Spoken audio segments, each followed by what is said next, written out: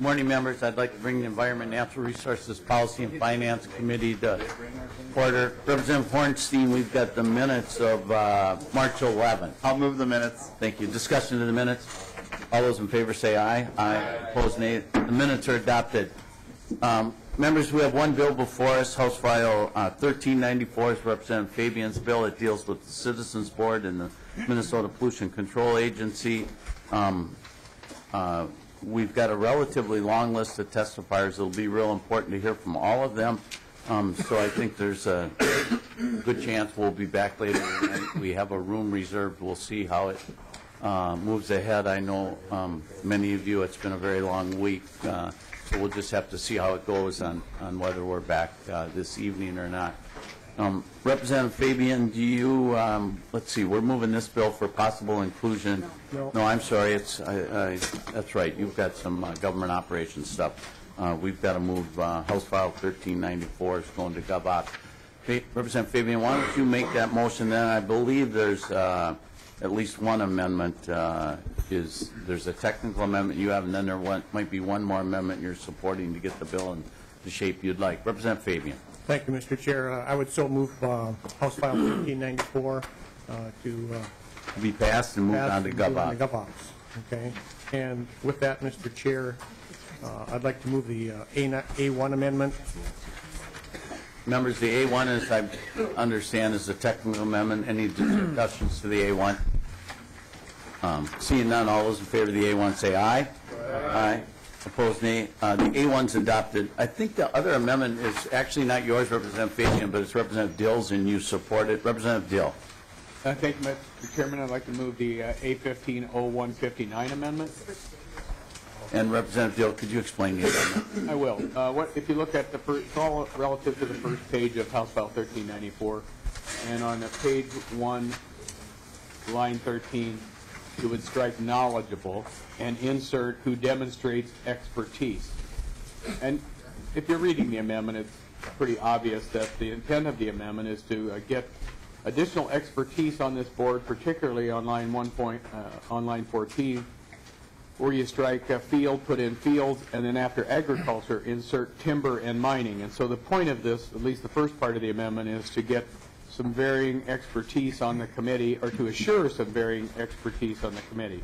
Then on line 1.5, it continues on that no more than half of the citizens on the membership of the board may be within the metropolitan areas defined by 473-121. And at least for the members of the committee, I think everyone understands what the amendment does, and stand for question. Discussion. Representative Hansen.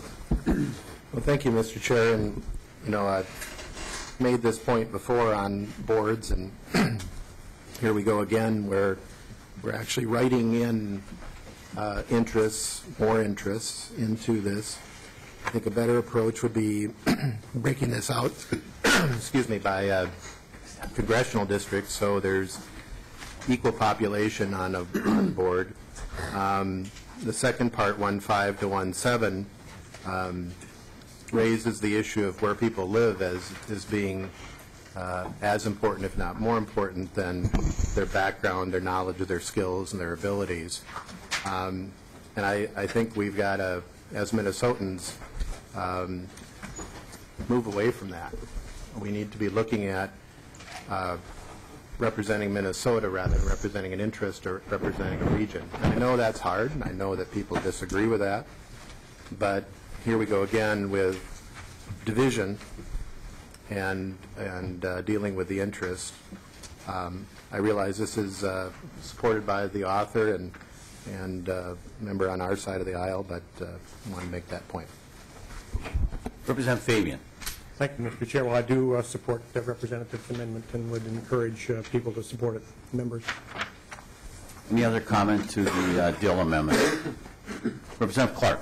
Just one question, and I just looked at it really quickly, but is there any reason, Representative Dill, that we couldn't have both knowledgeable and the other description you're having? Is there, couldn't they say both? Couldn't we keep both in them? Representative Dill. Or maybe that's what excuse me, Mr. Chairman. You go ahead, Representative Clark. Is that what who demonstrates expertise is supposed to fill in for, or I'm not sure. Representative Dill. Well, Mr. Chairman, I'd like to go ahead and take a vote on the amendment as it states. Okay. Any further discussion? All those in favor say aye. Aye. Opposed, nay. No. The amendment's adopted. Representative Fabian, if you want to now explain the bill the way it is as amended. Thank you, Mr. Chair. And also while I'm doing that, I would like to ask, I've invited a couple of people to be, I'll say, technical references for me with regards to the bill. Peter Larson and Tony Quillis have got some extra knowledge in this, but I'll get started with the bill while they're making their way down here. Members, first of all, what I'd like to do is, I want to be clear in this. We've had some discussions. I want to be very, very clear that I want clean air and clean water and clean land, and it's very important to all of Minnesota.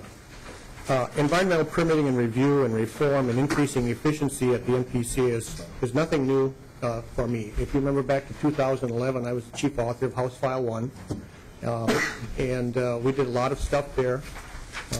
During that debate on House File 1, we were told that we were going to lower standards and that we were going to have dirty water and dirty land, and we weren't going to be able to meet the deadlines that were in there, but obviously we did. And now I think that it's a piece of legislation that's kind of a model for reforming. That piece of legislation also well, I'll just move on here. And talk of modifying the Citizens Board really is nothing new around the Capitol. In 2012, the MPCA did a report on some suggestions for that.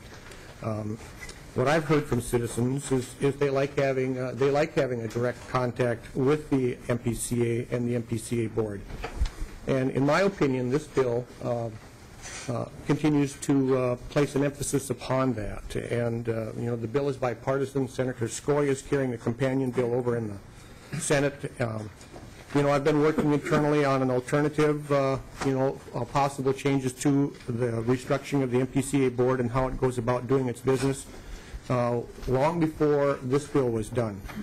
And again, I want to be clear, this bill does not disband the Citizens Board. It keeps the 9-member board in place, which includes the commissioner, and allows for public hearings on environmental review and permitting issues. The commissioner would also have the authority to seek advice of the Citizens Board under this bill. That's not changing. It's a new path, okay, I admit that, it's a new path for citizen involvement, and it occurs earlier in the process on an EAW or a permit application or an EIS possibly. And the threshold to trigger a hearing before the Citizens Board is really quite small. 25 signatures, 25 concerned Minnesotans can ask for the board to meet and consider their issues. Citizens can then have the board hear their concerns, and in turn those comments can be used to further inform the permitting and environmental review process while it's underway, and the concerns can be addressed promptly. I believe that this would be more efficient than waiting until the EAW or the EIS or a draft permit is or a permit is essentially done, which is what's being done now. The permit gets completed, the EAW is there, and now we go before the Citizens Board. I think that if we brought those concerns to the Citizens Board before those documents were available, you could take a look at the draft permit. Excuse me, not the draft permit, but the permit application, or the draft EAW, or the draft EIS, and then take those concerns to the Citizens Board. This has the potential, I believe, to shave anywhere from 30 to 60 days off of the timeline for some of these complex projects. The Citizens Board, from my perspective, should continue to be involved in the rulemaking, which this bill guarantees. And the law is also quite explicit in how the MPCA must notify citizens about these matters that could come before the board. But I believe that the final authority on environmental review and processes subsequent the issuance of permits should reside with the commissioner, as it does with all other executive branches. There's not another branch of government where a board has final say or final approval on the issuance of permits for EIS or EAWs. And again, I want to be very, very clear, okay? I want clean air, I want clean water, and I want clean land in the state of Minnesota. And any suggestion to the contrary, as my good friend Representative Purcell would say, is bull hockey. So, through the bill, Mr. Chair, in Section 1, we're making some changes there. We've taken the amendments in there. It's you can see the underlying portions there. Where we get to the real meat of the bill is in subdivision 6,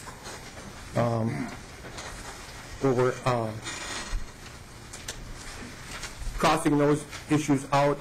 But then if you go to page 3.1, the new language there, make final decisions on adoption or amendments of agency rules. Again, we're restating that the PCA board has the requirement for approval of those things. Rulemaking is fairly complicated. It requires a statement of need and reasonableness and all those things, and none of those things will be taken away from the board. On line 3.1, you can see that they would provide advice to the commissioner upon request of the commissioner. The commissioner can ask, but it does not limit the commissioner's ability to use the board. If you take a look at the back of the bill, there's a couple of repealers, subdivisions 7, 8, and 10 there. Those are being repealed, and making some changes to subdivision 9. If you go to page 4 of the bill, the petition for public hearing, this is one of the issues that has come up. And again, a person may request that the Minnesota Pollution Control Agency's Citizens Board hold a public hearing by filing a petition that contains the signatures and mailing addresses of at least 25 individuals who reside or own property in the state, and then on the different following the different matters that can be there: environmental assessment, environmental impact statements, and so forth. And you can read through those. Line 4.27, 4.28. Again, it talks about timelines. 30 days, so the Pollution Control Agency Citizens Board shall hold a public hearing within 30 days of receiving a petition under this subdivision. So that's, I believe that's something that is good for the citizens of the state of Minnesota. And let me finish. I think that this will make the net result is I think it's going to be a more active process. I think that staff is going to be able to be involved in these things when concerns are brought to the board. Highly technical people, lots and lots of technical decisions to be made. When the issues are brought before the board, if there's a permit application that's been brought forward or requested, filled out, if there is a request for a public hearing before the board, MPCA staff can be there. They can be listening to the concerns of citizens. They can weigh those things, and they can take those concerns into the next steps with regards to drafting a permit, granting a permit, or denying a permit. And in the end, the commissioner makes the final decision. So with that, Mr. Chair, I will stand for questions. And Thank you, Representative Fabian. Questions? Representative Hansen. Thank you, Mr. Chair, and Representative Fabian, I appreciate you going through the bill. That was very helpful. My question kind of goes to the what's the need for the bill? What is the need? Where's the evidence that this type of change is needed? What do you see as the evidence that the board needs to change? Representative Fabian, if you'd allow me the flexibility, what I want to remind members, there was an executive order by Governor Dayton. It's Executive Order 1132, and it states, the evaluation of environmental governance under Executive Order 1132 must include a review of the Minnesota Pollution Control Agency's Citizens Board's role in reviewing permits, environmental assessment worksheets, and environmental impact statements. The evaluation should include, but not limited to, an examination of the benefits and drawbacks of the board versus the agency commissioner making final decision on all or various subsets of permits and environmental reviews, along with how these matters are referred to the board versus the commissioner. Any recommendation must be reported to the chairs and ranking minority members of the Senate and House of Representatives committees having jurisdiction over environmental and natural resources. So that was sent to I guess I was chairing the committee then, or Representative Wagenius, I'm not sure. This is dated August 17, 2012, so I was chairing the committee then. We have a responsibility per the executive order from Governor Dayton to look at this. So to Representative Hansen, I just wanted, I wasn't sure, Representative Fabian, I was reviewing this again last night, and I wanted to make sure that members in the public knew who brought us here. Representative Hansen. Thanks, Mr. Chair, and I think that was helpful to get that out. My question is more so, what does that mean? From the evaluation, where's the evidence that this type of change is needed? well, thank you. Representative Fabian. Thank you, Mr. Chair, and Representative Hansen. To that point, I would say for me personally, in the conversations that I've had with people who've been involved in the permitting process and so forth, that the timelines and the delays that result, and as per the report that was done by MPCA staff with regard to some alternatives, it consistently stated through there a couple of different times that by making changes to the board, you would expedite permits by roughly on an average of about 45 days. Permitting is timely, it's costly, it's technical. What I would like to be able to do is move the Citizens Board process earlier into the process so that, from my perspective, I think it would speed up the process and it would make it more affordable. And I don't believe it's going to have any negative impact on the final decisions. I think it just expedites things and speeds things up. That's the reason for me doing this. Representative Hansen. Thank you, Mr. Chair. But Representative Fabian, some of the requirements for speeding up the permitting just went into effect, and I think we have another report coming this summer. So, I mean, we've, as you know, starting with in 2011, there have been a number of changes relating to permitting to streamline without losing environmental protections. So, you know, do you have data or any, again, I guess, back evidence of why this is needed? Number of projects or permits that have been delayed, or where's the need?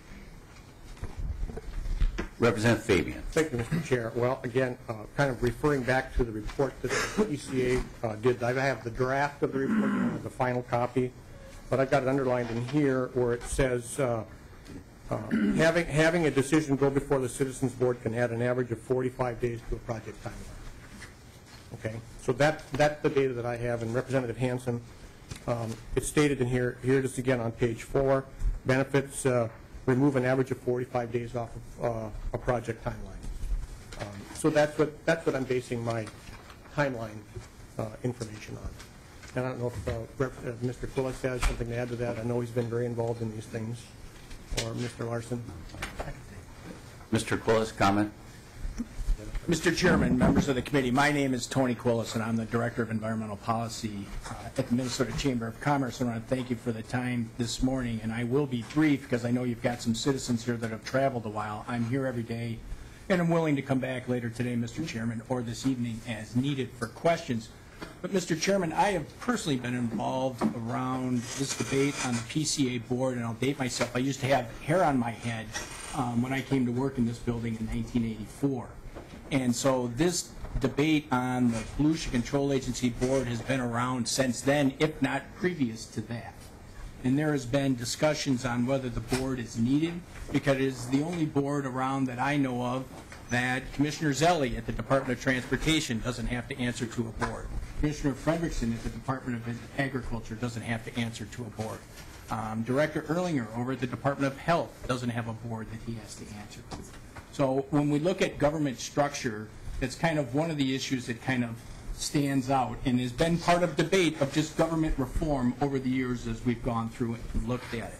And in part of that, we've even been part of, and I think Mr. Larson's going to be able to give a really unique perspective on how this has happened from inside and outside, but whether or not the commissioner should be part of the board, whether or not the commissioner should have a vote, and whether or not he should just be there ex officio, whether the board over the years has had decisions whether or not they should be involved in personnel decisions or not.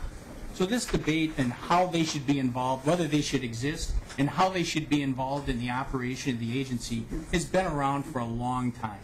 And options have ranged from whether getting rid of the board to strengthening the board, or some sort of hybrid, if you will, on how that works.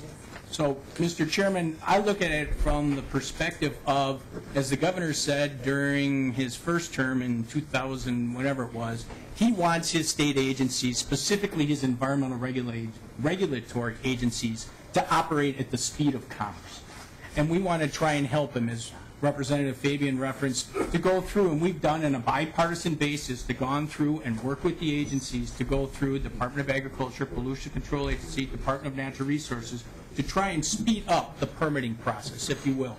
We've set timelines and goals for those agencies that they have been part of.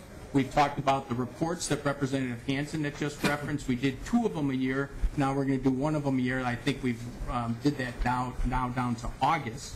to go through. And the agency has been doing a good job in trying to meet those goals that we have set forth for them. They've broken it into tiers now, Tier 1, Tier 2. But there are always outstanding issues that come up and when we go through this. So the one thing in my conversations with the Commissioner of the Pollution Control Agency and staff on successful projects that go through and don't take a lot of time, cost a lot of money, and the one thing that really bothers the business community is that uncertainty.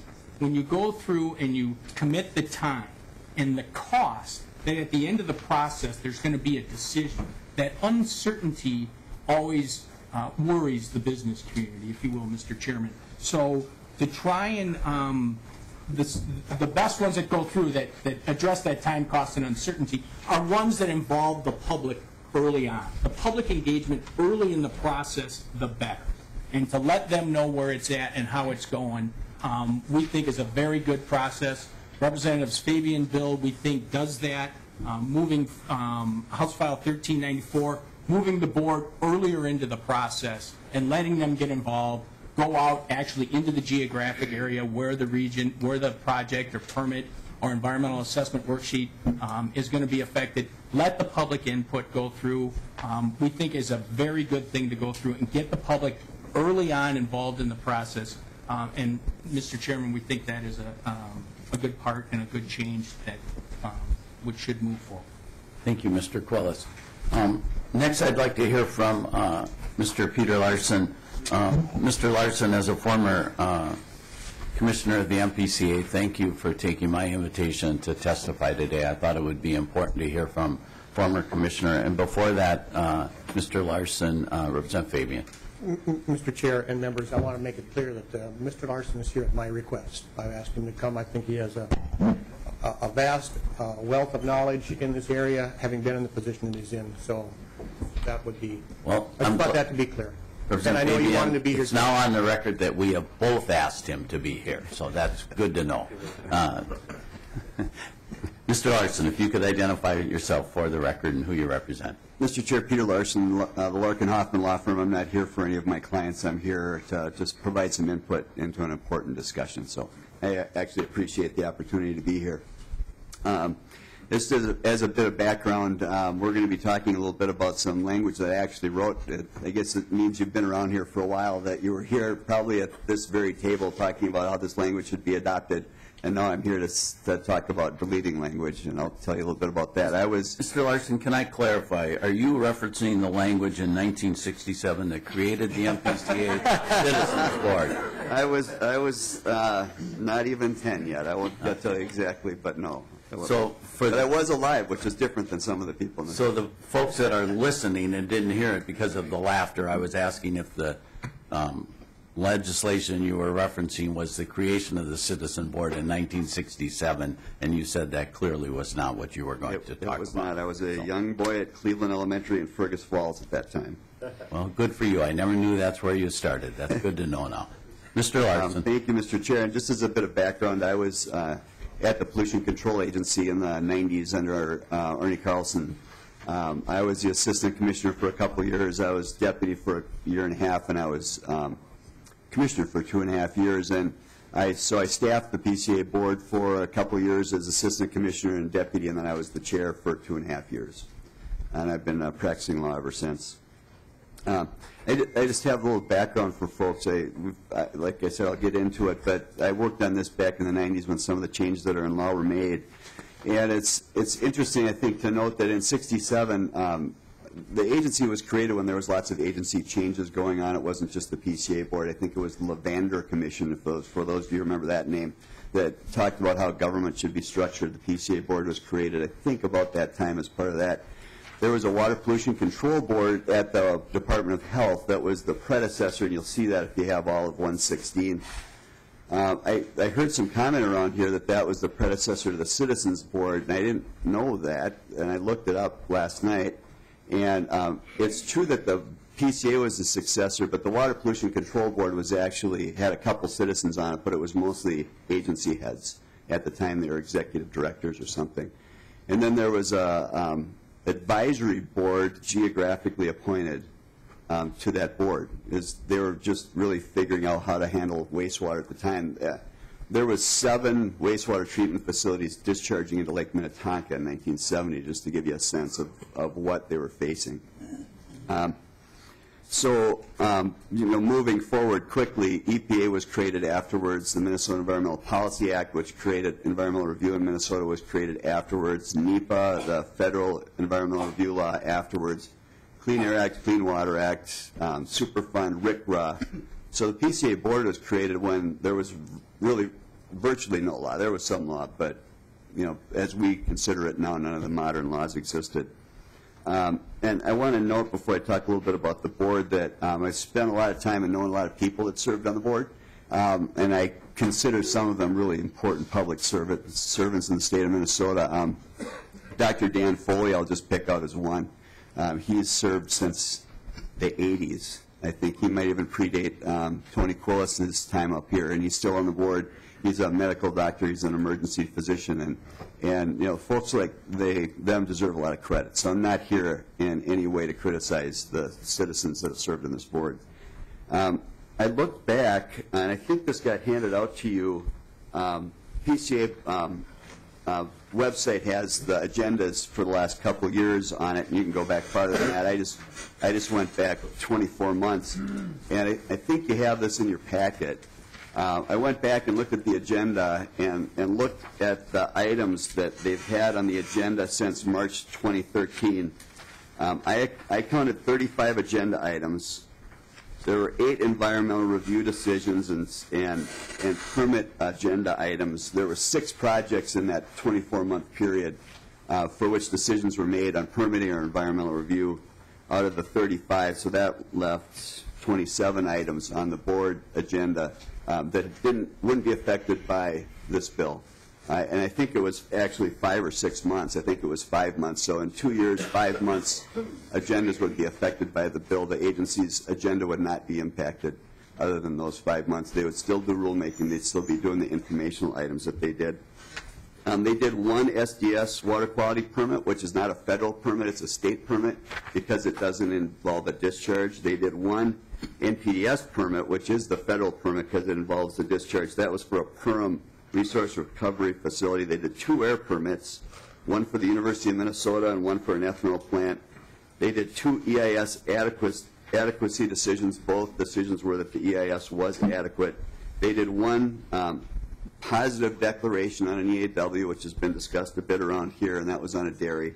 And then they did 1 negative declaration on an EAW, because I wanted to know what I was testifying about a little bit, what would have been impacted the last 2 years. So I went through, and again, I think you have that. I won't go through it, but I just did that preparation. Mr. Larson, we do have it. Okay. So from my perspective, I've sat on both sides since I left the agency. I've been in private practice, and this is why I think this bill makes some sense for you to think about. The public comes into a PCA board meeting when it's at the very end of the process. The public comment periods have been completed, and responses to all the public comments have been prepared. Final permits are ready for issuance that day in that meeting, and most of the time they are issued. EAWs have been worked on for months or even years with the PCA staff, public comment periods, responses to public comment periods. EISs have been completed over years. There's, I think, 3 times where there's a public comment period on an EIS. The attorneys for the agency have reviewed the record and shown that issuing the permit is justified according to the record and all the applicable laws. And the staff and the commissioner have completed their work to recommend to the board that the environmental review and permitting is done. So it's not a very high leverage point for the public to come in and try to influence the process. And a project proposer, maybe this is a little bit responsive to Representative Hansen.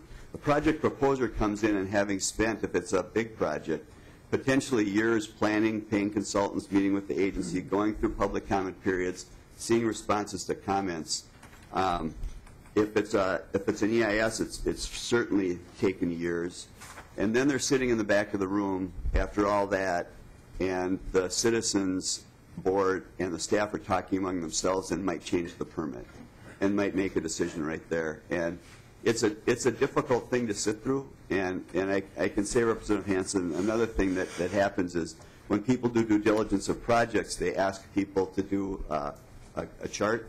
What's it going to take to get this project done?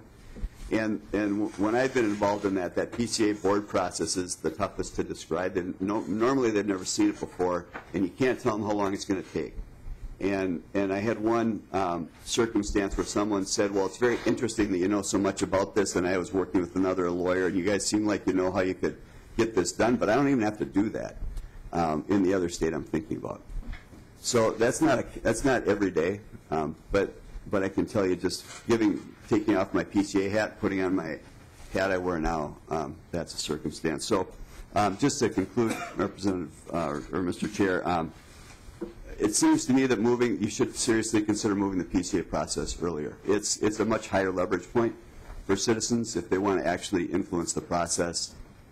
Whether you should leave the rulemaking in place, I was thinking about this last night, and I thought if the commissioner now had rulemaking authority and there was a bill introduced to take that away from him and give it to a citizens board, I'm not sure that wouldn't be controversial. So I think it makes sense not to touch it, but I'm not sure that there's a low controversy way to say there's a perfect way to do it between the commissioner and the board. So thank you. Thank you. Any questions for Mr. Larson? Seeing none, I'm sorry. Representative Hornstein. Actually, Representative Hornstein, is it for the testifier? Well, yeah, I mean, actually for... Representative Hornstein. Thank you, Mr. Chair. It's somewhat based on Mr. Larson's comments, but then also a comment that Mr. Quillis made. They're very much related. And, you know, Mr. Quillis was concerned about certainty for business.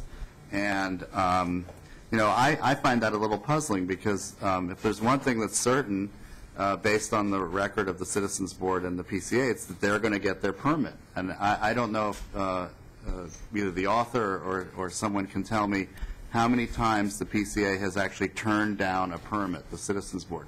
I count maybe a couple. I mean, I think there was a feedlot at one time. There was that Dakota County project that I described before. But how many times in the history of the PCA has the Citizens Board turned down a permit for a major project? Would Mr. Larson or someone know the answer to that? Representative Hornstein, the next testifier, I have one other representative that has a question at this time. The next one I was going to bring down was MPCA. Oh, okay. And I'm not sure they nodded no to your question, so I don't know if that meant they didn't know or if it had never done. So I'm a little confused in the nodding that was taking place in the audience. So I think we're going to need them to come down and clarify what the nod meant. And that would be Hornstein. helpful. So, Mr. Chair, so that would be helpful, I think, to know because, you know, that's one thing that's been looking at this from the other side, you know, having, you know, challenged some of these permits. You know, there's frustration that there isn't more, you know, scrutiny of these. So, you know, you can look at the Citizens Board from both sides on that. But I would be really interested to know how many times the Citizens Board has actually turned down a permit. Representative, Mr. Larson, looks like maybe you a thought. Mr. Chair, Representative Hornstein, I can tell you that's extremely rare. But what I was going to mention, and this falls different ways with different people, but that's the same. That's true with the PCA staff. You know, people come in and propose projects, they normally go forward.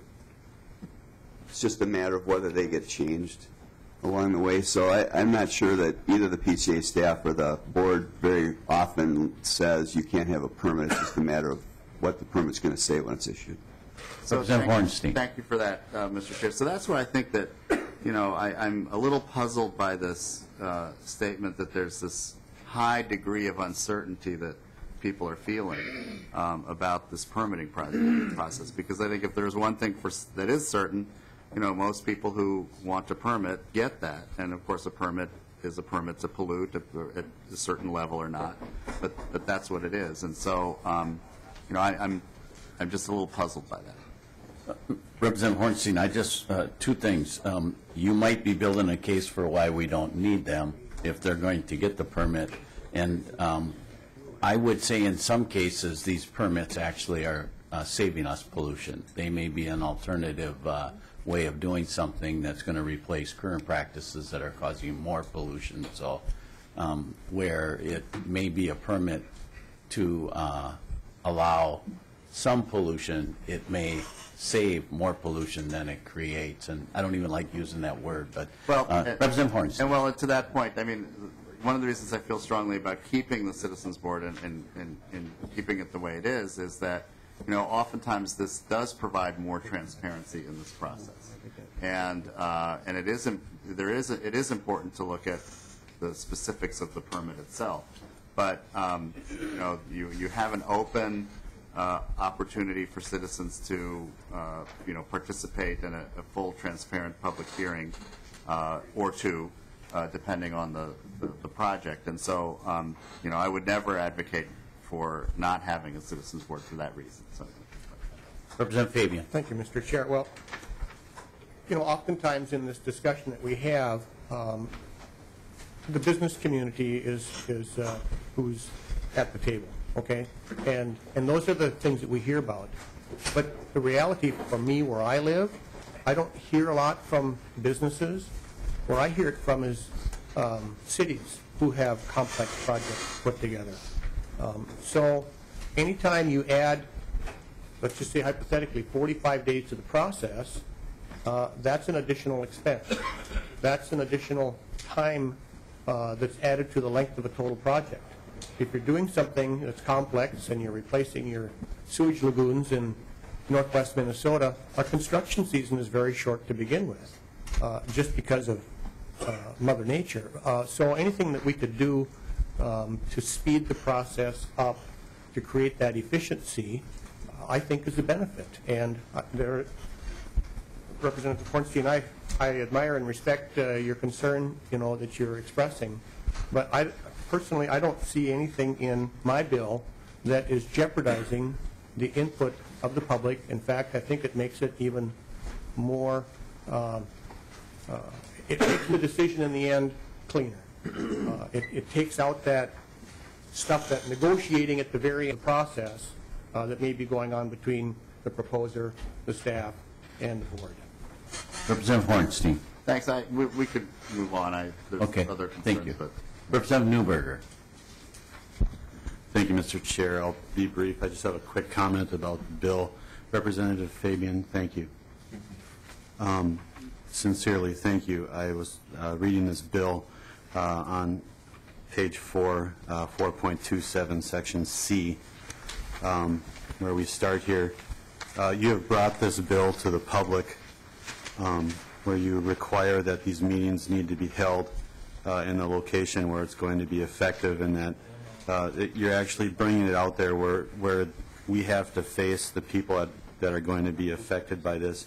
I can't thank you enough for having this provision in this bill. Far too often, our government, our agencies, and our boards and the components thereof, they meet down here in St. Paul. They meet during the week. They meet in the mornings when it's almost impossible to get down here because most of us work. Very few people have time to drive down here Tuesday morning at 8 a.m. from greater Minnesota to sit and listen to decisions that are being made that are going to affect their homes, which are hundreds of miles away. And you have brought this out to these where we actually have to face the people that are going to be affected. I want to say thank you very much and good job on this section of the bill. Thank you. Thank you. At this time, I'd like to bring forward Michelle Beeman, Deputy Commissioner, MPCA. Welcome, Commissioner. If you could identify yourself for the record, and then give us your testimony.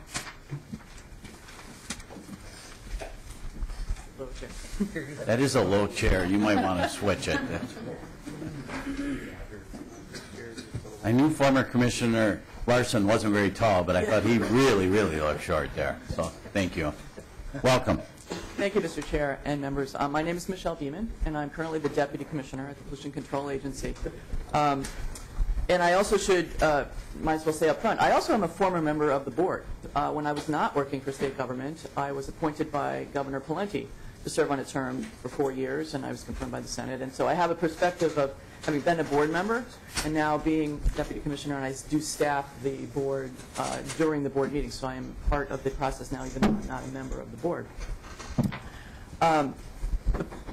as you recall, when the commissioner was here presenting before on the budget, the overview, he did do an overview of who the current board was, and at that time expressed his strong feeling for the value of the board as it is currently constituted as part of the decision-making of the agency on certain matters.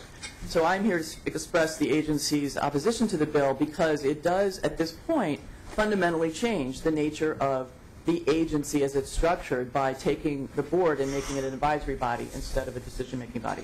It's obviously up to the legislature how you want to structure your agencies and the authority of the agencies in the decision-making, but this has been the way the PCA has been constructed for 48 years from the beginning, and we believe, yes, there's ways that it could be modified, and yes, this has been debated on and off over the years, but fundamentally it works well for those matters that are highly controversial or complex, where there's public visibility and a need for dialogue with the decision makers of the agency.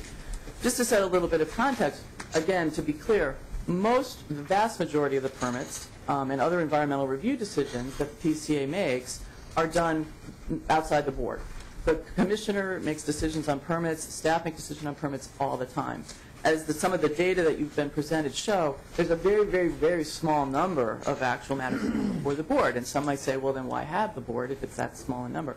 Those tend to be the projects where there's localized controversy in the community or concern from neighbors of the community about that particular proposal. It could be that it's highly visible or it's been a long-standing issue. And those are the situations where community members, the public, and the proposer want to be in front of the decision makers at the time they're making that final decision. It's also at the point in the process where, yes, the permit has been very well developed. The staff present that to the board with lots of technical information. They've been working with the project proposer for a while. Hopefully, the proposer has been working with the community. That is not always the case, though. I would say my personal experience on the board is that some of those matters came before the board because there had not been dialogue, and the community was very confused or concerned about what exactly this permit was going to allow or what the environmental worksheet was saying about the project. And it was only when there was able to be that forum, that dialogue and questions, and the board was able to ask questions to pull out more information, that we were able to forge a final solution, a final resolution through the vote on the permit or the EAW. It's that kind of back and forth discussion and probing from citizen members, not experts, on every possible range of technical topic of the PCA, but well-informed professional citizens who are there asking the questions and probing that really gets to a final resolution that hopefully then is satisfactory enough it will not be challenged. One of the questions and concerns I hear come up is the delay factor, and a couple points on that. Yes, coming to the board takes a little more time than if the commissioner were just signing off on something. But whether it's the commissioner deciding or the board, that legally is a final agency decision that can be appealed. It's hard to know how many of these matters would have been appealed by one party or another to court and on and delaying that way if we weren't able to reach a resolution and modify the final outcome at the board meetings. So while there might be a short delay up front, I can't tell you because I don't know what wasn't challenged because we were able to resolve it. But I know that there were a number of matters that both when I was on the board and now sitting in the last few years where we made changes, the board made changes based on input in the meeting that then added something to a permit or changed something that then there was no further challenge. So I think those are things you have to balance when you're looking at that. Another thing, I'm not quite sure how this bill would avoid the same sort of 45 or 60-day delay when you still have provisions for public hearings. If the board, if it's advisory even, is being requested to have a public hearing out in the community, that's going to add more time right there before the commissioner can make that final decision. So that's still helpful in the sense that there would be public dialogue, but I'm not sure it's getting at any sort of quicker slicing off of time for permit and environmental review decisions. I'm not sure how much time you want to allow me, Mr. Chair, but I would just say that You're doing fine. Go ahead, of the variety of topics, as Mr. Larson was noting, and I think as Mr. Poulos was noting, really there is not any particular sector, there's not even any particular geographic area that the board gets involved with. We've had permits and environmental review decisions in wastewater and mining and landfills and remediation and some feedlots. Until today, I thought that largely the prompting of this concern was one decision by the board related to the dairy. If this is also about sort of an EQB review of improvements to the board, I think there are other areas we could go into. But we went back over, just for information's sake, the last 8 years, and we found a pretty even distribution at about an average of 8 permits or so a year, and about 10 environmental review decisions a year. So again, it's not the vast majority of work that the chamber might be concerned about, and that project proposals are still taking place through the normal agency channels with staff and with the commissioner deciding. But again, things like the 3M PFC contamination problems, that was something that came before the board a couple times. I happened to be on the board at the time that we were dealing with that. It was very of much concern to the community about what those PFC contaminations were doing in the community. What was the PCA going to do about it? There was a day-long meeting that was all about the consent order for the 3M and the agency. Those are the kinds of things where transparency and citizen access to their government decision-making was I feel is very important. The agency feels is important. The commissioner feels is important. To allow a viewing into how decisions are made about that. If there had just been backroom discussions and then, here's a consent order to 3M, I don't know how the community would have accepted that or would have understood some of the technical nuances. When I was a board member, one of the things I felt was important for me to do was to ask questions of the staff who were there in terms that the citizen community would understand better. Because yes, these are highly technical matters. Parts per billion of this and limits of this for an air permit. And it can be dense, it is dense. And I think it's challenging for citizens and community members sometimes to understand exactly what does that mean. What is the mercury here and what is the methylization here? Part of what I think good board members do is become that translating bridge. And in the context of the board meeting, ask the questions in terms and try to get simpler answers. As much as I love the staff, they can dive down into the weeds pretty quickly. Try to bring them up to a level that is understandable. And again, I think that helps bring confidence by the citizens in what PCA does, because we do work in a regulatory area that sometimes is very hard to understand, and especially when we are allowing pollution, so to speak, through these permits. People don't always understand, what do you mean you're letting this go out into the air or the water? So I think the board does a helpful job there as well. It's unique, I agree. No other agency has this. Other states, they do. Wisconsin has a board that oversees DNR and PCA type of regulatory work. But I think because of the nature of the things that we regulate, these are important issues that touch communities in a different way than other parts of different agencies do. Maybe DNR should have a board, I don't know. But for us, we do think it helps with the confidence and the citizen and access and transparency to the board. So for those reasons, we don't think that this makes sense at this time to change the structure for the PCA that way. Well, thank you, Assistant Deputy Commissioner. Apologize. Commissioner, I've got to ask, I think it's very good that your testimony was on the tape and on TV. And I would encourage the agency to go back and watch your testimony. But I'm going to paraphrase. You just did the best possible testimony for support of Representative Fabian's bill that we could possibly have heard. It involves localized controversy concerns where you want to make a pitch with lots of technical information, citizens, not professionals, appeal a decision on just where some business, or this was my point. So what the net effect of what happens is the business just up and goes somewhere else to a different state. Make changes based on the input from the board. It's a board of citizens, not professionals necessarily, not scientists. These are citizens that you're saying can react on emotion instead of fact. You talked about the complexity in mercury levels and whatever that meant. I don't know. You lost me. It was something else. Dive into the weeds about how the agency can dive into the weeds. And now we're going to go and let emotion dictate what happens. Instead of an agency with 900 employees, with some of the most talented people that can come with us. We heard, I think it was last week, actually the week gets long around here, it may have been earlier this week, from a number of environmental groups testifying how the importance of science and making sure that we don't follow emotion and that we follow science. Thank you for your testimony, and I would strongly encourage folks to listen to what you just said and put it in the context of this bill. I wanted to make one other point. You mentioned this handout of where all the decisions are, and you're right. There's a number of decisions across the state, and this isn't about one particular decision.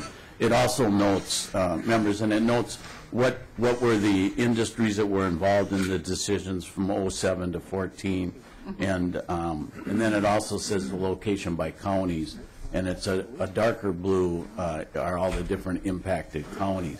It also lists the 8 board members. There's currently 1 unfilled position, and I'll note that 1 unfilled position is the one required to be a representative of organized labor.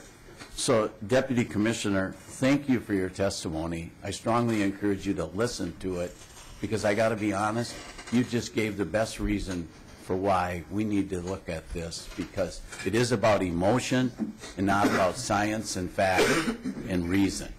So thank you. Deputy Commissioner. Mr. Chair, just to clarify, since you are interpreting my words in the same way. Commissioner, I encourage you to go back and watch the tape. I will do that. But I just want to make one point. When I say that there are changes that can be made at the board meeting, I did not mean to suggest or imply that board members are writing the permit or writing the technical pieces of that. What I'm saying is that in the discussion that takes place when staff are there, issues come up, questions are raised that then give direction back to the staff to think about how is this addressed in the permit, how might this be changed in the permit, and the technical staff are the ones that deal with that and deal with the science. There's not just insertion by citizens into the technical documents that are done. What is raised are the questions and the concerns from the citizens and the board members that the staff then take and work with the project proposer, often that same day, to come to a common ground in the final work product. Thank you. I don't want that misunderstood. Thank you, Commissioner.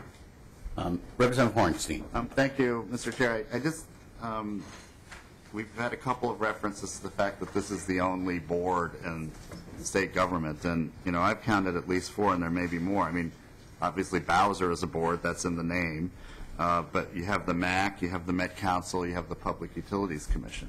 So this isn't necessary, you know, we're treating this as some sort of outlier, some sort of, you know, very unusual structure within state government, and it's not. And I would argue that in the case of all of those that I mentioned, as well as the PCA Citizens Board, it is absolutely critical. You know, they're not comprised of experts, but it is. They all play a similar function, and that it's absolutely critical because this is a place, a point of entry for the public in a very open and transparent way at a decision-making level. And so that's why, you know, keeping things the way they are is actually, you know, the best outcome, I think, for public involvement and public participation. And I wanted to just ask, because I still haven't got an answer as to how many permits the Citizens Board has denied, either in its history or in recent history. Commissioner. Mr. Chair, members, I am not aware of a full denial by the board, at least in the 8 to 9 years we've looked back. There may have been one where it was part of a rescind and reissue. There are changes to permits, but I'm not aware that the board has just flat out Commissioner Beaman. But I said I haven't exhaustively searched every decision in the last stretch of time. Commissioner Beaman, I think Representative Hornstein might be asking, is there any reversals of a recommendation from staff that the Citizens Board made in the history of it or in your involvement? Mr. Chair and members, in terms of a reversal, again, the dairy decision that was last August was the reversal. It was a vote against what the staff recommendation was. The staff recommendation was for a negative declaration, and the board voted to go forward with further information in the EIS. That is the only decision that we looked at, again, in the last 8 years or so that was, I would say, opposite of what the staff recommendation was in the final outcome. Representative Hornsby. Thank you. So 1 in 8 years. Yeah. And then the other issue that I think Representative Fabian is trying to get at relates to environmental review. So are there instances where the board has decided to do an environmental awareness worksheet where one was not requested, or upgrading from an environmental worksheet to an EIS? How many times has the board, let's just take those separately, do you know or can recall a time when no environmental review for a project was envisioned and then the board ordered an EAW? Commissioner Beaman. Mr. Chair, members, you know, off the top of my head, I can't think of an example, but again, I'd want to go back and look at the numbers. Okay, and then Mr. Representative Chair, Hornsby. one last one. So then, are you aware of a time when a project had an EAW and then the board said, well, we don't think that's a high enough level of scrutiny, so we are ordering an EIS, a full EIS for a project? How often has that happened? Commissioner Beaman. Mr. Chair, members, again, I'd want to verify that, and we can certainly get back to you very quickly. I think there may have been one, but it may have been where the staff were also recommending an EIS for various reasons, and the board agreed with it. I believe the dairy decision was the only one where the board disagreed with staff. I'd have to verify if there was one where staff recommended an EIS, it probably was once or twice at most. Okay, well, thank you for that. Representative Hornsby. That's helpful, and I'm just beginning to think, as I hear your testimony and read the bill, that we're looking at this is a solution in search of a problem, because we don't have permits being denied on a regular basis. We don't have environmental review being ordered on a regular basis outside of, the parameters of the staff recommendation. So, again, I'm puzzled by the need for this, and again, this somehow this notion that it creates so much delay and uncertainty for both the public and private sector who are going before the PCA. Thank you. Representative Hansen. Thank you, Mr. Chair. Ms. Beaman, welcome. I want to go back to the executive order that the chair referenced and that the author has referenced. And was that, in talking about a 45-day delay, that was a result of or was a draft EQB study, or when were the results published from that, or was it before we did the reforms last year that haven't quite fully taken effect yet? Commissioner Beaman, if you don't have that on the tip of your tongue, you can get back to us. Commissioner. Mr. Chair, members, yeah, only this morning was I made aware that there was some reviewing of these reports. The draft I have in front of me, I don't know the exact timing, was a September 2012 draft with some alternative analysis of EQB and PCA Citizens Board. How that fed into changes that were made with the legislature next session, I don't know the timing of that. And it really was driven by the EQB's analysis, not PCA's own analysis of this, so that we'll have to check also with some EQB staff on that. Representative Hansen. Thank you, Mr. Chair. I think it's important to look at context when we're citing the reports, because we're not in the fall of 2012 anymore. We're in the spring of 2015.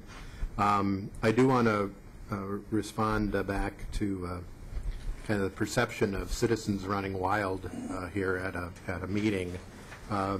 I just was looking at the folks who are on the board, and we've got a PhD in water resources with an MS in soil science, and an adjunct University of Minnesota professor in agronomy and plant genetics, so that's one. We have a physician with an expertise in toxicology. We have an immigrant background from Vietnam with a BA from Yale and an MA from the U of M in international relations. We have someone from the Duluth Transit Authority, international business, a farmer with soil and water conservation district expertise, and then a PhD, MSc in environmental engineering and water chemistry with a BS in soil science. Doesn't sound like citizens running wild to me. It sounds like folks with a science background who are there to represent Minnesotans and apply what they know and be doing it and do it in a transparent manner. And Ms. Beaman, just maybe could you give your background, when you were a Governor Plenty appointee, what's your education and expertise? Commissioner Beaman. Sure, Mr. Chair, members. My background is that I have a law degree and a master's in environmental studies. I came to Minnesota to join the Attorney General's office initially back in the early 90s. I also had clerked for courts before that. And I was representing the DNR when I was within the Attorney General's office and represented them on a wide range of natural resource litigation matters and others. I then moved into the Department of Natural Resources as their legislative director during the Ventura years. So I had the expertise of policy there. And then I had left state government when the change of administration happened then, and I was working for the Nature Conservancy as their conservation director for Canada programs at the time that Cheryl Corrigan was the commissioner of the PCA at that time, and they had a vacancy on the board, and she approached me because of my familiarity with the legal and policy issues, and because they didn't have an attorney on the board at that time, and they thought that would be helpful for a lot of the administrative process and procedures. And so the governor chose to appoint me. I did go through an interesting confirmation hearing in the Senate that year, and sat on the board for 4 years. Then when I took a job as the environment director at Dakota County, I actually just resigned from the board because I thought there might be too many potential conflicts in my role. We're going to begin with the testifiers, and I think we've got most of the outstate ones. Representative Hausman. Thank you, Mr. Chair. I have just a minor issue with the new language on page 4 to the author on lines 31 and 32. The commissioner shall publish the notice in a newspaper of general circulation. That tends to be the kind of language that we're changing in some bills because it doesn't provide, the newspaper business being what it is, it doesn't provide the kind of flexibility for public notice that is sometimes necessary. So I just thought the author might want to rethink some flexibility. Comment well made. Comment, Representative Fabian. Thank you, Mr. Chair. Yes, I'll make note of that, and we can have another offline discussion on, this isn't the final product here, I'm sure, but yep, thank you for that, pointing it out.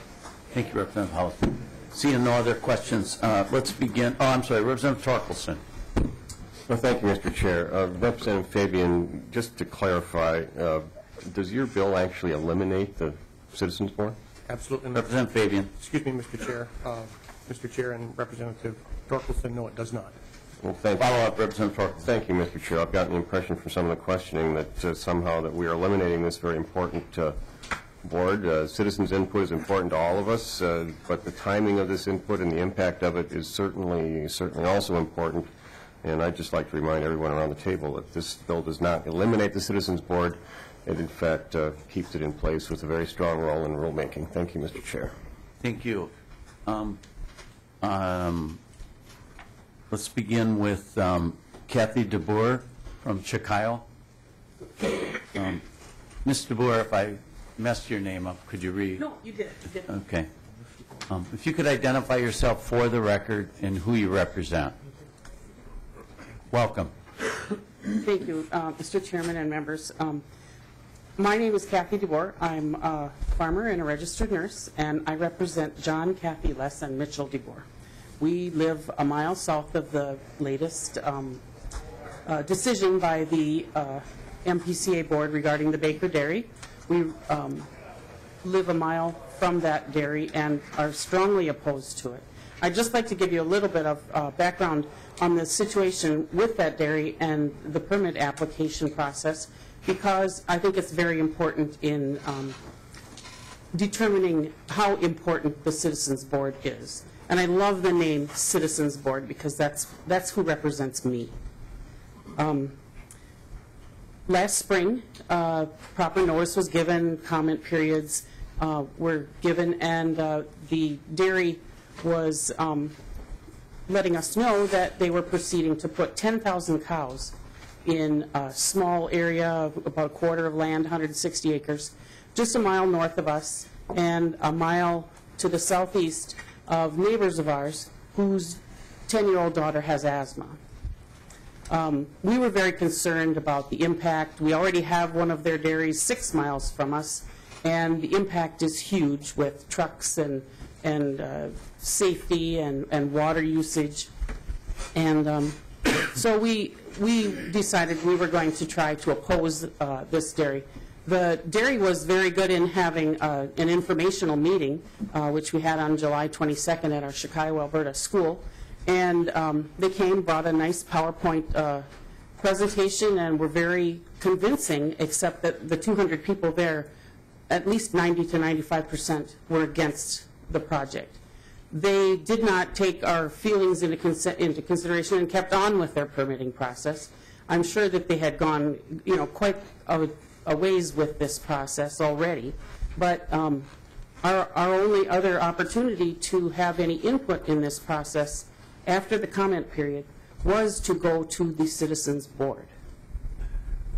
I went there, I testified. I'm not trying to put down the MPCA staff or Commissioner Stein in the least, but in my experience what happened is the permit was, I'm just trying to be very nice here, it was just incomplete and inaccurate. And I can give you several examples of problems with this permit that day. The MPCA's hydrogen sulfide level in Minnesota is 30 parts per billion. And MPCA's own modeling numbers said that the hydrogen sulfide level going toward our little neighbor's home was at 29.24 parts per billion. That's very, very close to the Minnesota allowed level, and it was very concerning for us and for her. The aquifers that are being used by this dairy are going to be using 100 million gallons a year. And DNR's own figures say that the aquifers will be at their 50% threshold in between 15 and 35 years. I plan to still be living there in 15 years, and I really would like to have water at my home. The test wells that they drilled at the site showed that there was inadequate or low quality water for their cattle. So they had plans to pipe water for 12 miles, but they had no permits or easements for this pipeline. And in fact, the well that they were going to use hadn't been monitored for years and years. And that was one of the other things that the Citizens Board members brought up and asked questions about that day. They didn't have the required number of acres procured for their manure disposal. And just some other things they said in their application, that they mitigate the dust problem with all the semi trucks going back and forth with the silage and haylage and manure by putting chloride on the roads to decrease the dust. But I can tell you, personal experience, they do not, and I had some days a 1/4 inch of dust in my mailbox on my mail, and I pick my mail up every day. Okay, so the dust problem was huge, and they said they took care of it, and they didn't. Also, the fairs run several other dairies in our area, and they did have to admit that day in the August hearing on the record that there had been a spill, but there have been no reports of any spills by the Fair Dairy Company, Riverview Farms. So I'm just telling you that MPCA staff recommended to approve this permit. With all these inconsistencies and the inadequacy of the process, and Chairman Stein voted for this permit, even though the other 5 members of the board that day voted against it. They didn't vote against the permit, let me clarify that. They voted to require an EIS. This permit is not denied. An environmental impact statement needs to be done to decide if the hydrogen sulfide levels are going to be okay, if there's going to be enough water for the surrounding homes and farms, and if the runoff from spills and so forth needs to be reported. If there is a spill, it needs to be reported. Those are the things that were required by the EIS. I have a lot of other issues with how my quality of life has changed. I live 6 miles from a dairy, and my quality of life has changed for the worse. If I lived 1 mile from a dairy, I can't begin to imagine how much worse it will be. And for me and my neighbors and little Madison Anderson, who has asthma. I really urge you not to remove the power from the Citizens Board. In my case, they are watching out for me and representing me, a citizen. I'd love to take questions if anybody has any. Thank you, Ms. DeBoer, and thank you for your testimony. See no questions. I'm sorry, Representative Clark. I do have one question. When you were talking about the impact of the existing facility 6 miles away, I actually have rural relatives, farm relatives who lived into their 90s in the last, I don't know, dozen years of their living on their home residence. They couldn't open their own windows, and they were people who lived there all their life and raised all their kids there and so on. I'm just wondering if you have any issues with that kind of problem, the air quality and being able to enjoy your air quality. Ms. DeBoer. Chairman and members, I don't I'm 6 miles away, and I don't smell that dairy very often. Hydrogen sulfide is not an odor-related gas. You can have high hydrogen sulfide levels without having the ammonia odor. So I don't at this time, but I have the trucks running past my home. When my 2 boys were learning to drive, it was a nightmare to send them out driving in our area, because the drivers of all these trucks are, in my opinion, inadequately trained. Each year we have 1 or 2 of their trucks that take corners too short. If you drive a long vehicle, you have to take it a large corner. And the last one, my neighbor was one of the first on the scene, and he asked the driver how many years he'd been driving, and he said, well, this is my 3rd day. So the safety issues are huge. I don't want to live a mile from a dairy. I'm very concerned. My youngest son graduates this year. I really wanted to have his graduation party at my home. As it stands, the dairy won't be in operation by then, and I'm clear on that matter. But I really think the Citizens Board was the only place that I could say and find out how this was going to affect me, because my local meeting, we got nowhere with the company.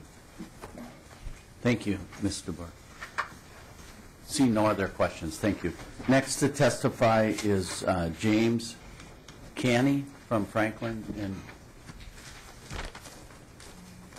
if you could come down and tell us who you represent, and apologize if I walked all over your name. If you could give me the correct pronunciation, I'd appreciate it. Thank you.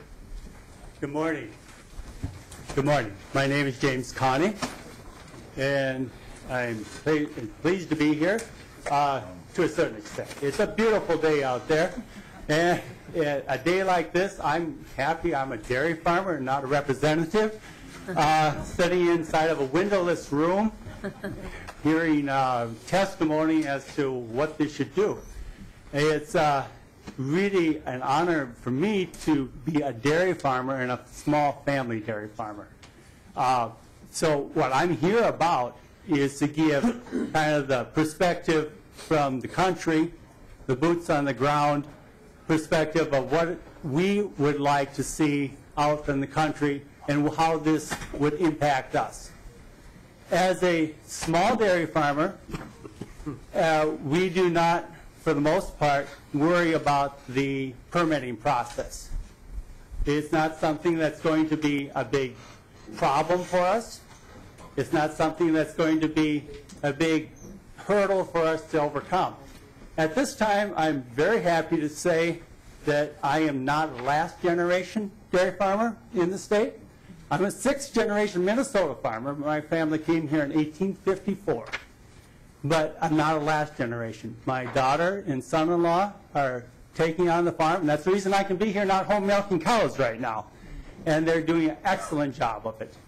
And they are in the process of wanting to keep that farm going, which means they want to move forward. They're not looking at going back to something that is, say, 1950s technology or 1940s, what I'm dealing with.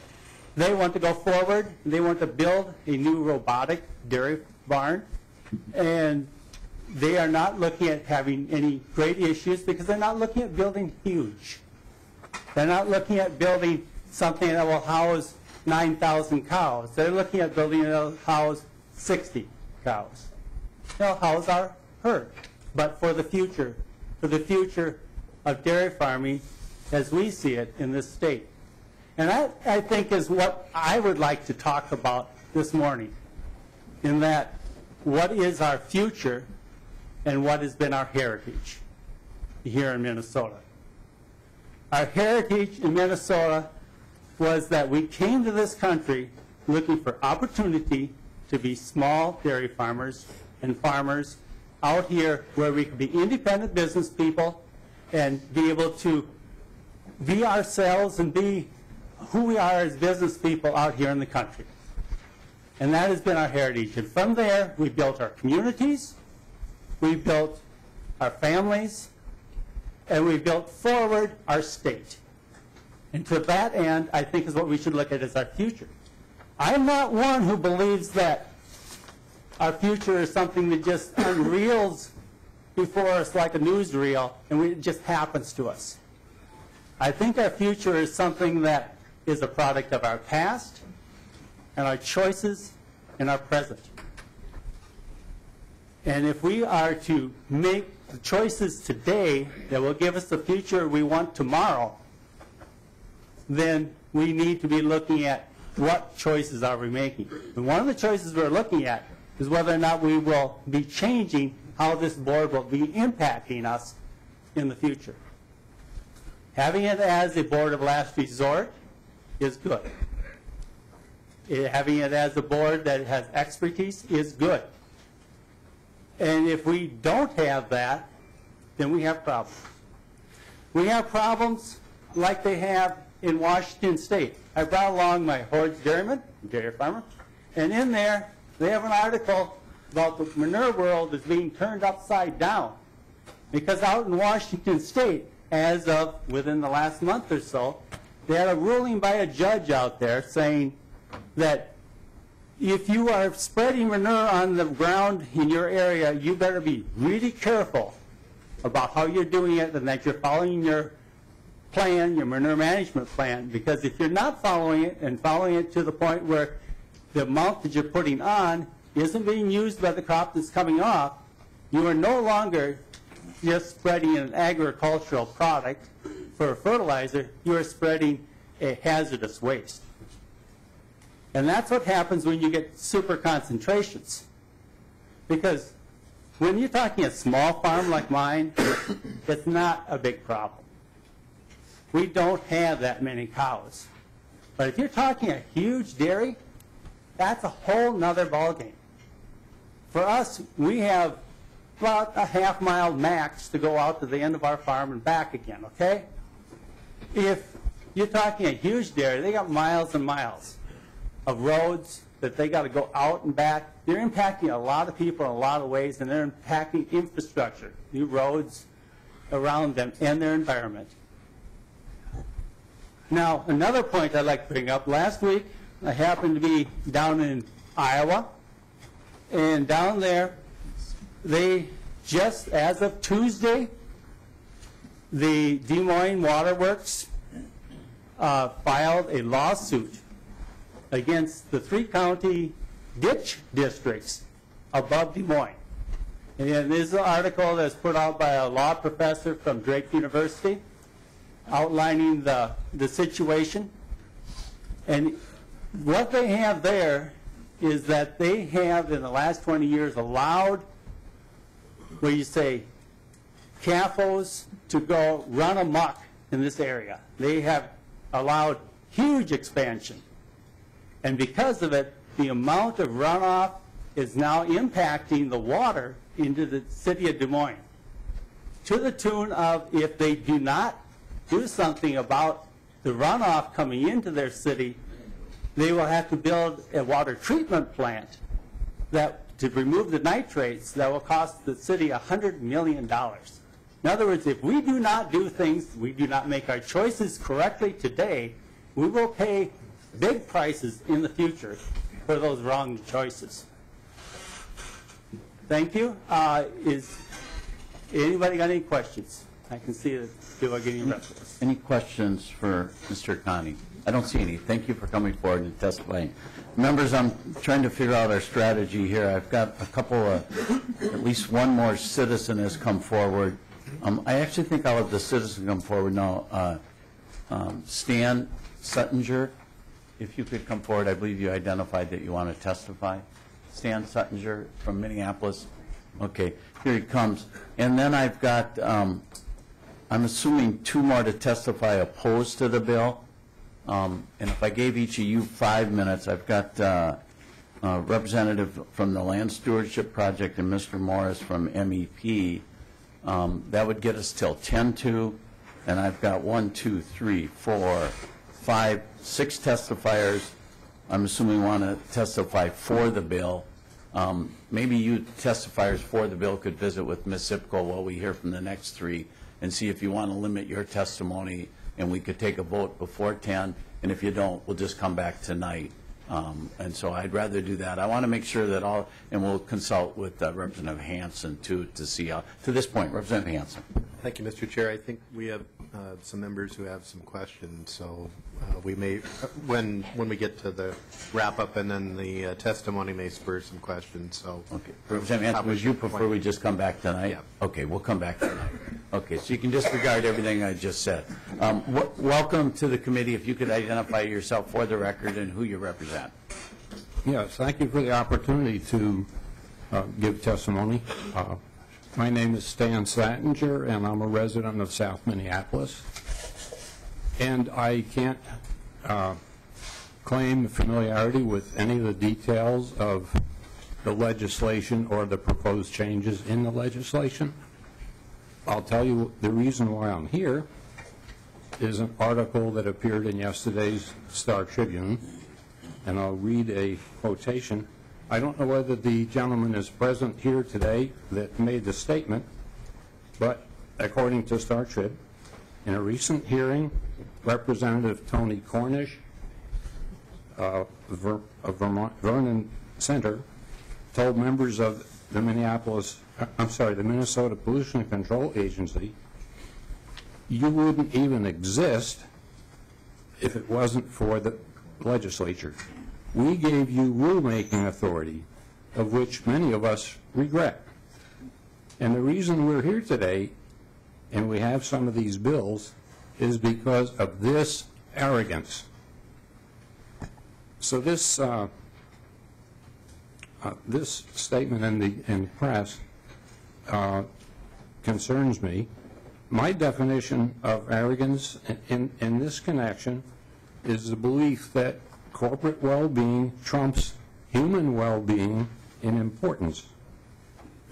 I feel that I have a right to clean air, clean water, and a stable climate. The authority of the MPCA Citizens Board, as I understand it, is needed to ensure that corporate interests don't compromise those rights. I oppose House File 1394, as I understand it, which would gut the authority of the MPCA Citizens Board for environmental review. House File 1394 looks out for big business interests at the expense of the rest of us, and I feel that that is wrong. Thank you for this opportunity. Thank you, Mr. Suttinger. Not seeing any questions. I appreciate your testimony. Let's see. I think we'll just go back with the order we had and the way it was published then, as long as we're coming back tonight. Mr. Lefebvre from the milk producers, if you could come forward. Thank you.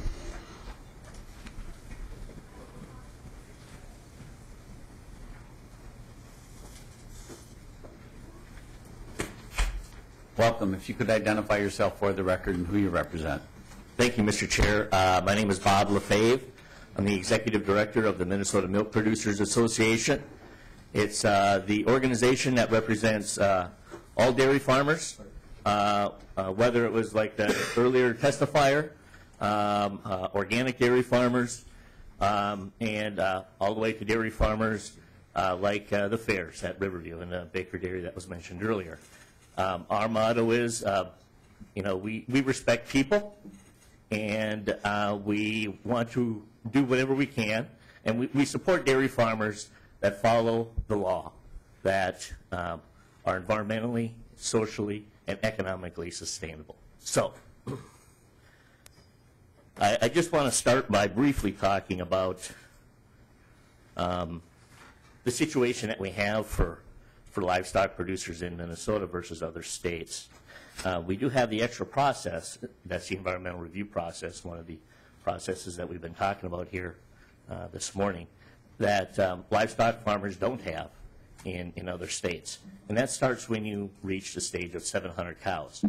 If you're 701 cow, you would have to go through the environmental review process and get an NPDES permit, SDS permit, etc. In addition to that,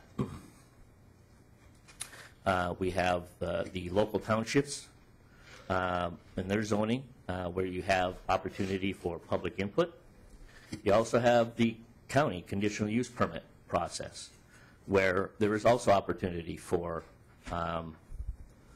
public input. And then as well through the NPDES, SDS permitting process, there's opportunity for public input as well. I think former Commissioner Larson did an outstanding job of laying all that out with you earlier. I think it's also important to note that these operations, dairy operations, dairy farms, have to reach a standard of zero discharge. So in order to receive an NPDES SDS permit, they have to be built and operated in a manner of absolute zero discharge from their operation, and they must also have a manure management plan or a nutrient management plan that does not allow them to exceed crop uptake for the nutrients that are applied back onto the field. That includes both the manure as well as commercial fertilizer. That must be reported on an annual basis, where they'll take the sample of the manure that is applied to the land and add that to that. If they apply any commercial fertilizer, which has to be a part of their permit, that has to be approved. Combine that, and that has to be reported on an annual basis to the Minnesota Pollution Control Agency. I think it's also important to note that this bill that Representative Fabian has put forward does not eliminate the Citizens Board. It still keeps them in that capacity where they can ask for and have a public hearing about any particular operation. And I think it's safe to say that if it's one operation, it's too many. It's not about just one negative declaration in this case, because of the ripple effect that it has across an entire industry. We just finished having a summit, a Minnesota Dairy Growth Summit, a few weeks ago here in Minnesota, where we had the Lieutenant Governor, we had Commissioner Stein, we had those within industry, and we had dairy farmers. All are committed to wanting to grow the industry in a sustainable manner, because it's good for everybody. It's good for the state of Minnesota, environmentally and economically. It's good for dairy farmers, because they're going to increase their infrastructure around them.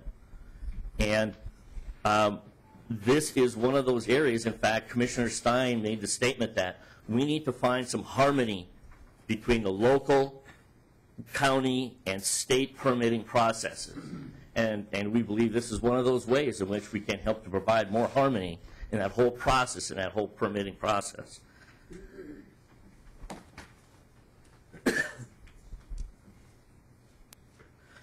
I guess in closing, I could get into some of the specifics on Baker Dairy, I will get into one, and that is the fact that the MPCA staff, their technical staff, engineers and on, along with the project proposer, spent months and months and months developing putting together their EAW, which actually is a good process. And because if there's anything that perhaps may need to be changed from the original proposal, they're going to find it in that, which is good. And it helps maybe make some adjustments that will improve it both environmentally and socially. The MPCA staff and MPCA commissioner had recommended a negative declaration for an EIS. The board, the Citizens Board, after their discussion, and even after Commissioner Stein said, how about if we table this, and then we can maybe have them do a little bit more extra work on this, and it can come back. The board decided to go against the recommendation and issue a positive declaration for an EIS. That meant the MPCA staff had to scramble and automatically entirely change their findings of fact that they had built over months and months and months. In a matter of 2 hours, totally reversed the findings of fact to support the Citizens Board's decision to overturn what the staff had worked on for months. So again, thank you for putting this bill forward, and we ask you to support it. Thank you, Mr. Chair. Representative Hausman. Thank you, Mr. Chair. We just minutes ago heard from a brilliant, experienced dairy farmer who helped us understand his business, and he said we don't have problems with permits. And his lesson to us, I think, was scale makes a difference. You're talking about two very different things. And we heard very clear and helpful testimony just minutes ago about the issue of scale makes a difference. And I don't think we're hearing that distinction. Mr. Lefebvre. Mr. Chair, Representative, you bring up a very good point. Those who are milking over 700 cows have to adhere to a zero discharge standard, and they must have a nutrient management plan, they must adhere to that, and they must report it on an annual basis. Those that are smaller do not have to follow that same standard. They do not have to be built by zero discharge standards. They don't have to report their nutrient management plan, so that is accurate. We're not asking that you necessarily change it because we do believe those that are larger do have the resources and should be held to a higher standard. And we support that at Minnesota Milk. Our members support that at Minnesota Milk. So there are different permitting challenges. You do not need to have a state or federal permit if you're milking less than 700 cows. Then in most cases, you would just work with your county to get to make sure that you're in compliance. Follow-up, Representative Hausman. Well, Mr. Chair, we also heard from an affected resident of that larger scale farm, and it demonstrates to us why we should hold them to a higher standard when it changes the quality of life of an entire community. Mr. Lefebvre. Mr. Chair, Representative, we agree that I think they should be held to a higher standard. There is no hydrogen sulfide standard for our smallest dairies. So we hope that you don't start putting monitors around them as well to ensure the hydrogen sulfide levels are met there. So, yeah, we do want that because we are concerned about the integrity of the dairy farmers that are across the state of Minnesota. We want to be very transparent, and we have to be, especially on those that are larger because there is a lot of public scrutiny. So, yeah, we understand that, and our farmers accept that responsibility that if you're getting larger, that there is a higher standard that you must meet. And we're not asking to lower those standards at all. Certainly not. Minnesota Milk supports the existing standards that need to be met. Representative Hansen. Thank you, Mr. Chair, and Mr. Lefebvre. Welcome. I'm kind of thinking back to the testimony we've heard over the last few weeks and talking about zero discharge. We're kind of talking about the outputs, and it seems that this Baker Dairy decision is the key rub here that has resulted in this bill and some of the whole drama over all of this. And I want to look at the inputs from the dairy side when we're going to a very large system.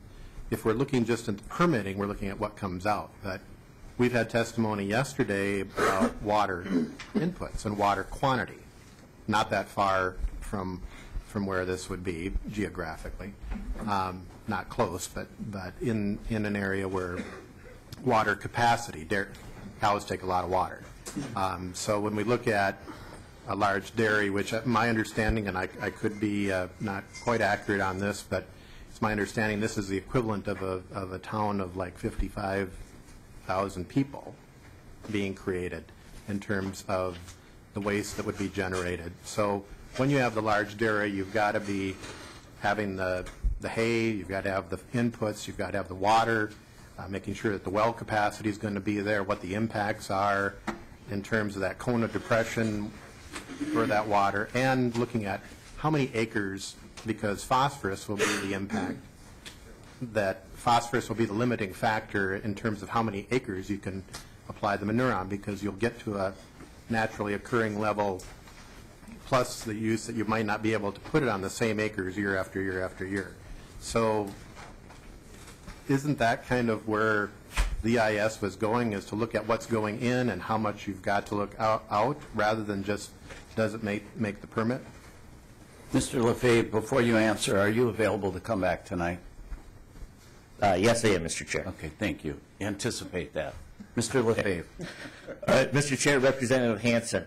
Now, I must say I'm not a representative of, Riverview Farms, the proposer of Baker Dairy. However, I guess I have reviewed the Citizens Board tape on more than one occasion, and I am somewhat familiar with it. First of all, the well where the Baker Dairy itself was going to be taking from was already permitted by DNR for more than 3 times the amount that the dairy was going to be taking. So I don't know why that would have been any issue. I mean, DNR approved it. This was going to be taking a third of what they were DNR approved. Secondly, all the other inputs, you're absolutely right, which is one of the reasons why we need to have more cows, which is one of the reasons why I think Mr. Galen Reitz at MPCA, I think in that recent article stated that. Basically, to summarize it, we could use more livestock here in the state of Minnesota. And as long as, and obviously we believe that way too, but we also believe that they must be following the laws, socially, environmentally, in order to economically be sustainable. So, alfalfa on the landscape, Representative Hansen, you obviously know the advantages of that to reducing soil erosion, and all the other benefits of a perennial crop, and the corn silage, being able to take that up earlier allows you then to perhaps in some cases even put on a cover crop if it works into the farmer's management practices. Manure adds organic matter to the soil, helps to enhance the soil profile. I could go on and on. So these operations, any farm, any dairy farm of any size is one of the most perfect life cycle production systems that we have when managed properly, and that's key. And the process that we have in place in Minnesota more than adequately assures that these processes on these farms are going to be managed in a socially and environmentally sustainable manner. Thank you. Follow-up? No, Representative Hansen. Mr. Lefebvre, thank you for your testimony. I just want to confirm, and I'm going to ask you to come back tonight. I'm thinking of 2 of my neighbors. Both of them I've had conversations quite a bit over the year, and I want to be sure I think you said this, but I want to be sure. I'm thinking of Kevin Chamberlain, he's on the local SWCD board and had been active for a number of years. I think my last conversation with Kevin is he's milking 60 cows. He's an organic dairy farmer that lives just within about 2 miles of my home. Is your organization represent folks like Kevin? Mr. Chair, yes, we do have members who are organically certified. In fact, one of our board members who just retired off the board, Joe Borgerding, is an organic certified dairy farmer. And we have many others who are organic as well, yes. Okay, and then Mr. Lefebvre, I've got another friend that unfortunately lost his brother tragically. I can think of him, was my age as a youngster, but continues to have a very successful dairy farmer, Bill Sword. He's a bigger dairy farmer for our area. I think he milks a few hundred. I'm almost positive he's under the 700, so whatever that means, he's under that. But does your organization represent someone like Mr. Sword? Mr. Chair, yes, we do. Our members, we have members milking as few as 10 cows, and the Riverview is also a member of Minnesota Milk as well. So yes. Okay. And everything in between. Thank you. I think there's additional questions for you, so you've confirmed you can come back. Members, we're going to be, Representative Dill. Well, Mr. Chairman, I think you're getting ready to recess for the moment. Thank you. Can I have a moment to clarify something that we talked about? Representative Dill. Thank you. Okay, so we were talking about wetlands just a day or two ago, and I gave some information about Coochin County, and I wanted to set the record straight for the members. I talked about some, and it'll take just a moment if you can get. Go ahead, Representative Dill. Thank you very much. We've got 1 minute left, so I don't think you're going to take that long. Okay, the total, the Coochin County has 1.4 million acres. I was off by 100,000. I was low 100,000. And their average mitigation rate is 3.7 acres per year. So you can do the math and find out that it would take many, many years. Just to give you an example, if Paul Revere, who was born in 1734, destroyed 50 acres per year, we still would not be at the point of getting rid of 1% of the wetlands in Coochin County.